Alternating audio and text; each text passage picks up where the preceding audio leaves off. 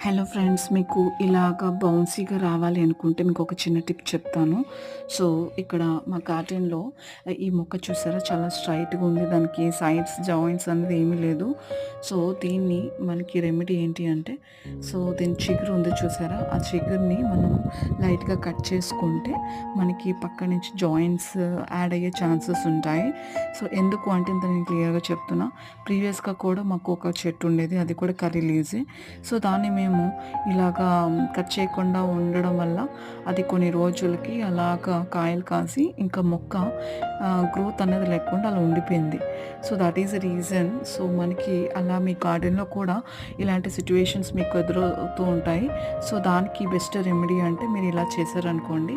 చూసారా? ఇలా పక్కన చిన్నగా చిగురొచ్చినట్టు ఒక 1 మంత్ తర్వాత వస్తూ ఉంటది.